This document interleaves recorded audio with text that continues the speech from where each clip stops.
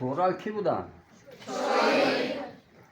شاعر. اینجا این شعرها هم من وقتی که سنی 6 میخوندم آرزو کردم که شاعر میشم،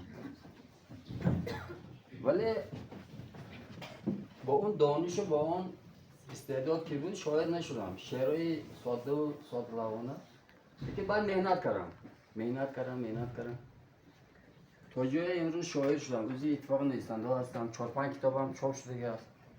شعرهای من حافظ میخونه. یک شعر میخونه همین شهزاد دوران اگر میدونید یک شعر میخونه هرگاه از ده زاسوم هرگاه دل یاد زاسوم هم آخرش چی هست؟ همون بچگی خیش میجوید شهابش من همون شهابش من. درباره استاد تورال گفتیم یک شعر میخونم درباره نخیب خان تورالی، یکی از شعرهای من. بس که من از آستان تورالم پروریده زاب و دان تورالم، میکنم با نام نیکش افتخار خوشچین کهکشان تورالم.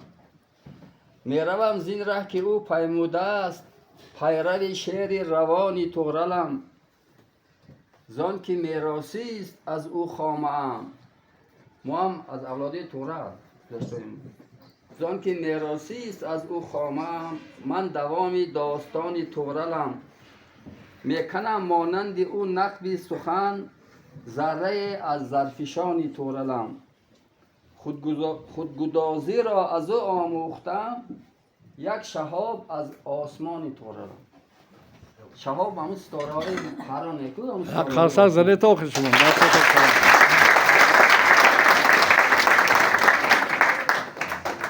خرسک بپول ها، خرسک زده تو سلامتی نظم میشه. من یک میتوتای مشقم هست همین خطی با نزدیکی جناب عالی یک کتاب توفه کردم به مردم. همون کتاب چی هست؟ شاهنامه ابوالقاسم فردوسی. من درباره فردوسی شاهنامه یک دو روایی میخونم.